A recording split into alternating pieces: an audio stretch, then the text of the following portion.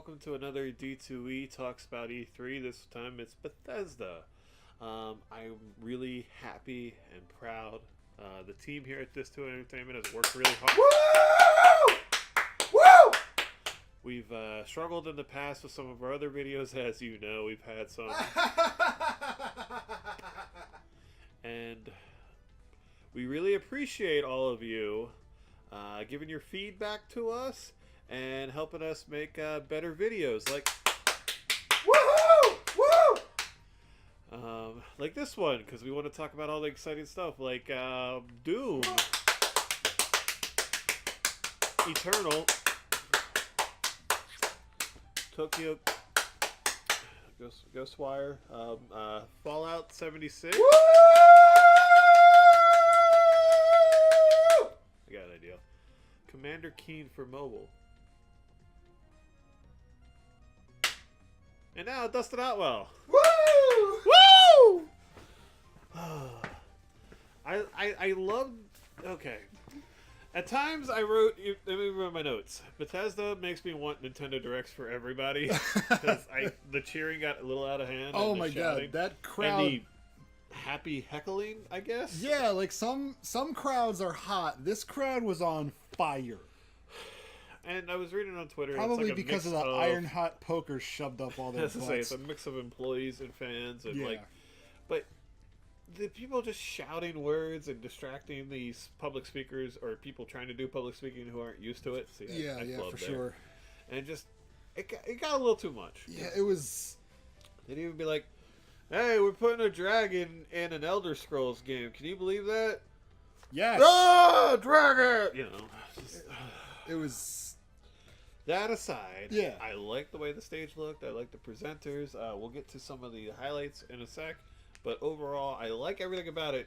The crowd, settled down, which sounds stupid because it's supposed to be fun video game stuff. Yeah, it just was a little too much. Yeah. Stuff.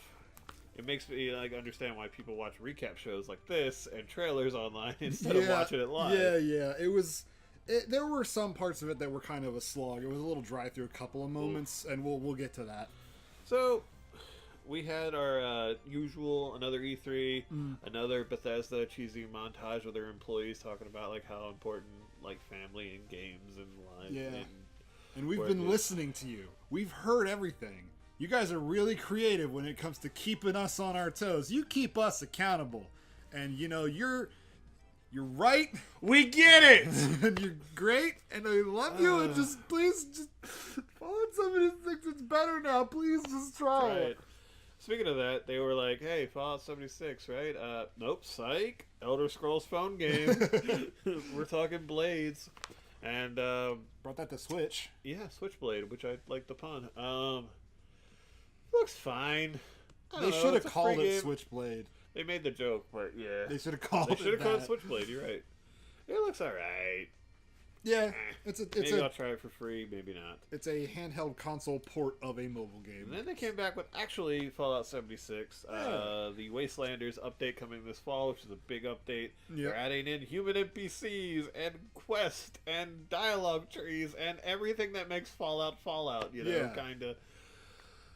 And I said a Battle Royale mode for Doom. I was wrong. There's a Battle Royale mode for Fallout 76, and it looked fun. Yeah, it looks fun. I do like the... into a burning ring of fire. Bethesda knows how to make a trailer. Yeah. And they know how to make a montage, especially. There's so many good trailers tonight. Yeah, it was like the trailers were like the highlight, which is good because they should be. They were all very well done and very well put together.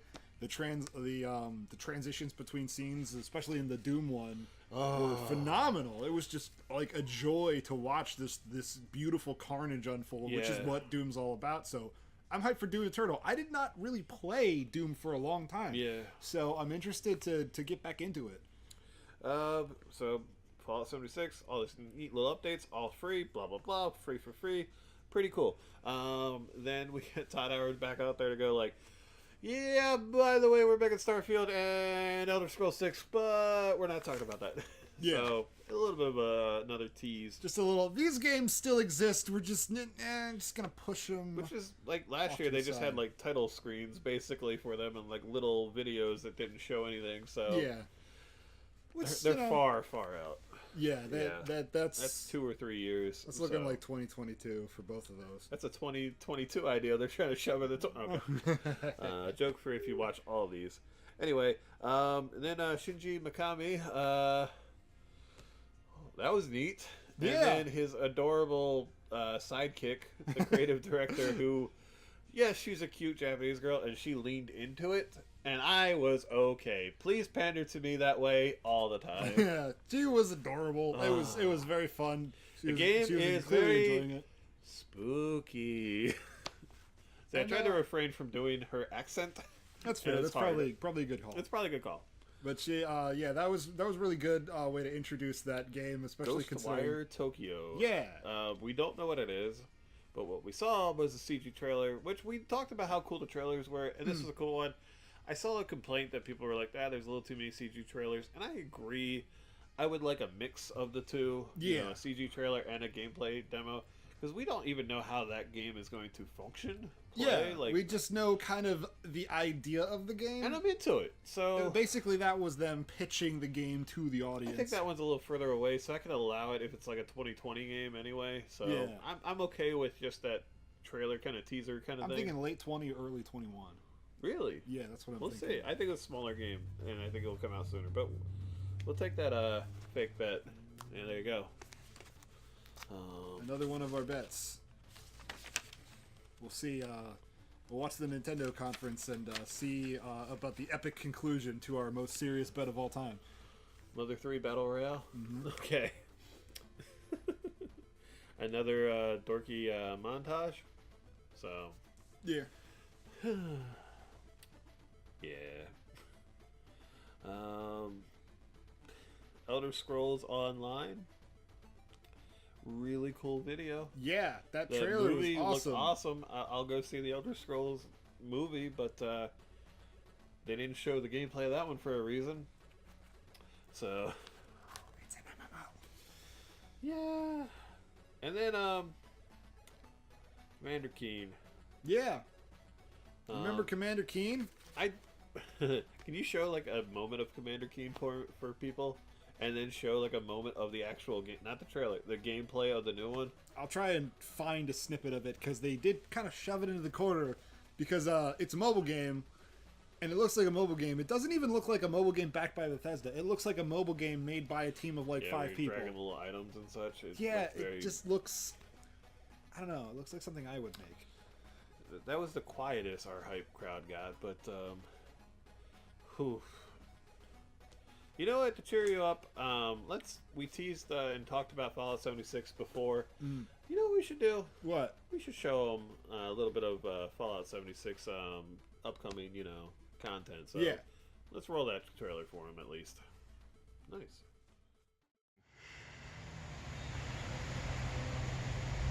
Oh man, Fallout 76. Country roads, take me home. I am ready to play.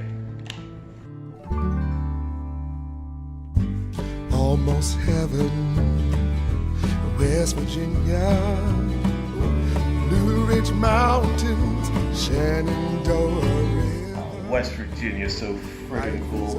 Oh, I think I need to upgrade. I'm gonna buy that power.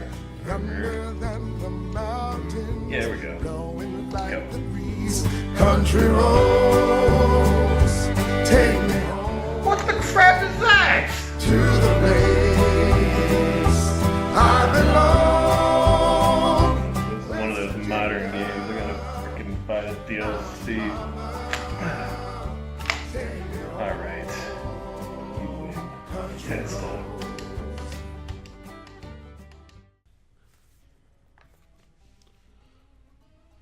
Okay, so hope you enjoyed that. As we continue talking about the soft launch of Commander Keen and the soft launch of Fallout 76. Bethesda, keep fucking doing this, and Ubisoft gonna do it.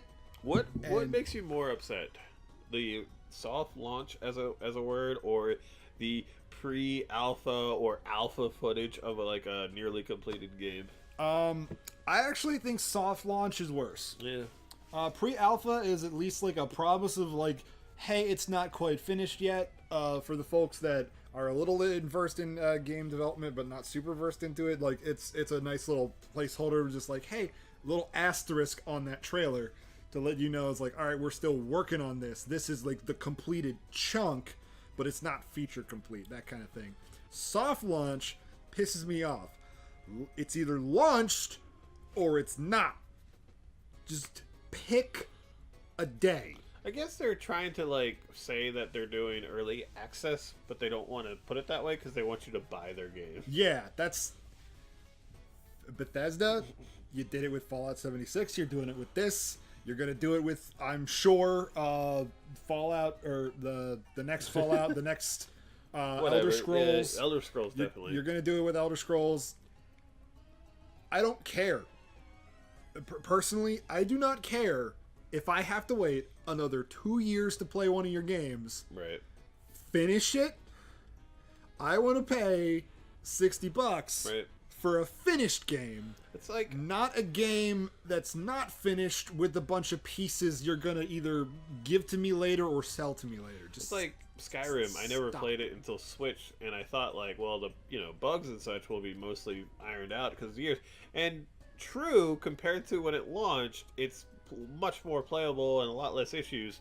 But also, I had to hold a wooden plate up to a gated fence and dash my way through, which would work about 1 out of every 30 tries. Yeah. Because the game broke, and it was the only way I could complete the quest. So Yeah.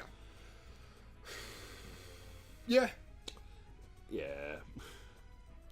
Rage 2, it keeps chugging along. Yeah. I forgot it came out, and I don't know. There's just something about it. It's like they tried to take the Doom like combat and mix it with like Borderlands, and it just none of it works. And they did like a cute Full House like song thing. I actually dug that. Like, It was cute, but like it's cute thing for a game that neither of us really care about. yeah, it's so weird because there are games where I have negative opinions and I'll be like, I ain't playing that. But that one I almost have no opinion on it whatsoever. Yeah.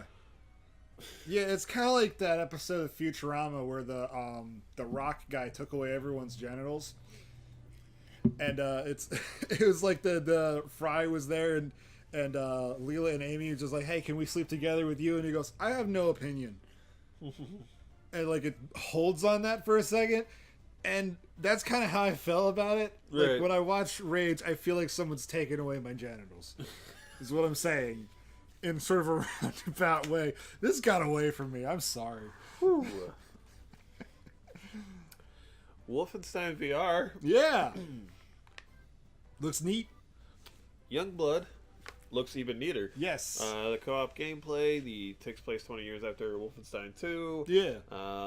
It just looks good. Yeah. Like, if you like Wolfenstein, you're on like this. Like, that's a really cheesy thing to say Yeah. for us doing this kind of review thing, but I got no problems with it.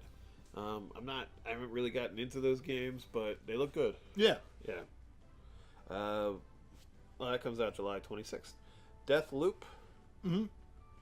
Deathloop. Yep.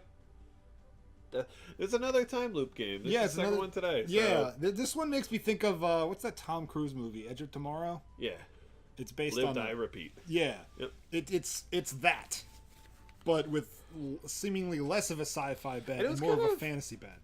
They were kind of going for like the 70s, almost blaxploitation kind of thing going on. Like they did some like cheesy transitions and some of the graphics tried to Yeah. make it look like a 70s film. Yeah. I don't know if that was just for the trailers Yeah. or the gameplay, which again, we didn't see the gameplay, so we don't know how it's gonna turn out. Yeah. But I was kind of into it. It kind Yeah. of reminds me of the upcoming Will Smith movie Gemini Man in a sense Mm. of just like one of those kind of thriller kind of things.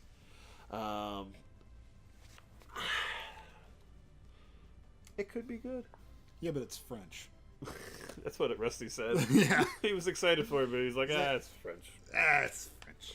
Man, the noises he was making during the Fallout 76 Oh. trailer, like, they got a bow. Give me that fucking bow. So happy, It was which is so adorable. great. We're super happy for him. We're super happy about the game getting slowly better.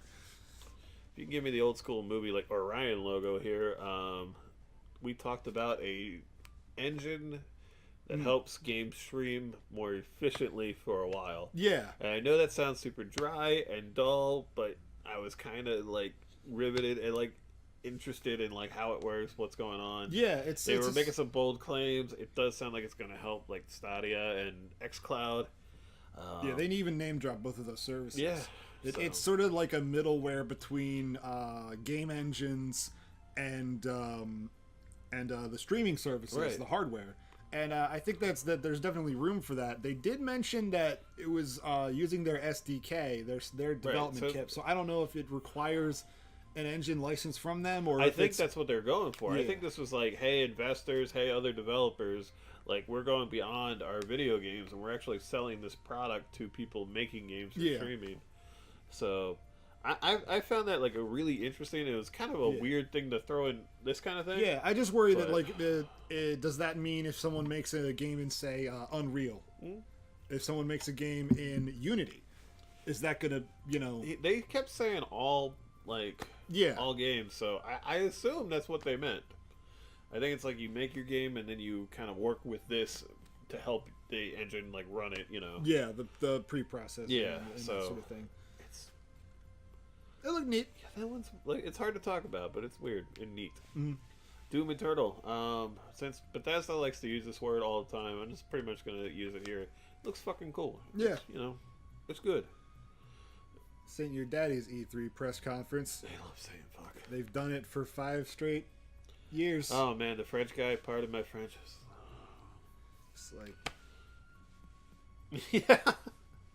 Not all their jokes landed. Yeah. I mean, remember my drawing from last year? Yeah. The space game with I'm gonna put it up here because I didn't do a drawing for this one, so I'm gonna use the old one. Here it is. Jokes that will not fucking land. Maybe you should just do a drawing and then put it here. Or if you don't do a drawing, you should write really mean text about me. Your call. You edit this. I have the power.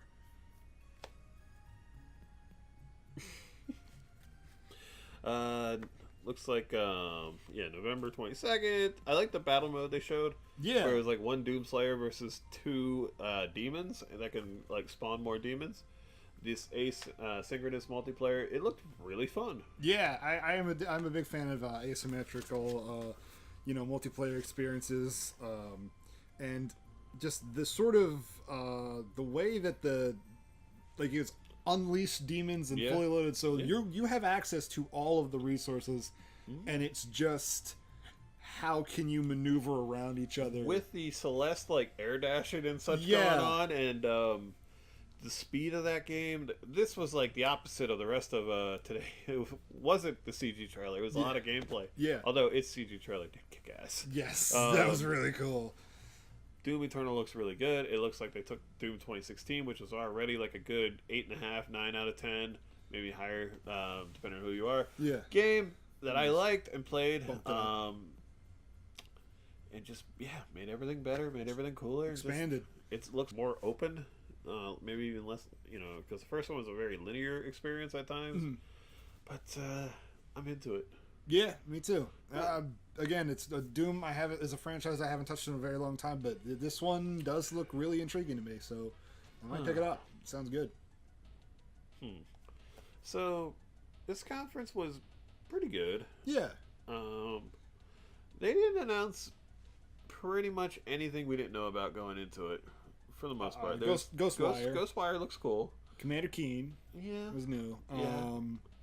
I guess if you want to count it. I feel like there was a third one, but I know, right? Yeah, it's sort of things. It's a lot of like, hey, let's expand on some stuff you already know about. Right. Most of this stuff is coming relatively soon. With the fun polish and the interest. Oh, Deathloop, that was new. Yeah, that's the fun.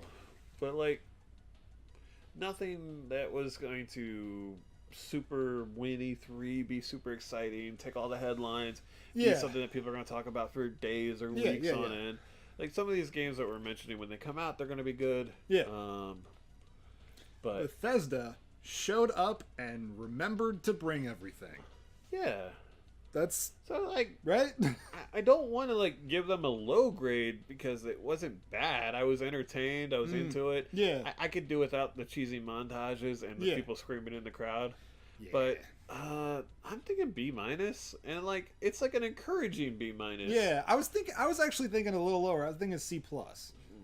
It's kind of tough to really. I just think, like the highs on it were so good, like the Doom trailer we keep talking about. Yeah. The way when they finally got to Fallout 76, the way it looked. Yeah. Yeah, you're probably right, because there was a lot of filler in there, and there was a lot of talking about, how hard it is to make games and how much they love their fans. Yeah, it was a lot of that, and a lot of self-aggrandizing, and a lot of, okay, yeah, we get it, we hear you, we're gonna make better games, but also here's a game we're gonna launch softly in an unfinished state. You're right. It's one of those things where, like, yeah, we're learning our lesson, and then they're just clearly not. Can you give me a C++? Sure. All right, done. All right. Bethesda, C++. So we will be back for whatever the hell Ubisoft's gonna do to us tomorrow. But for now, we'll see you later.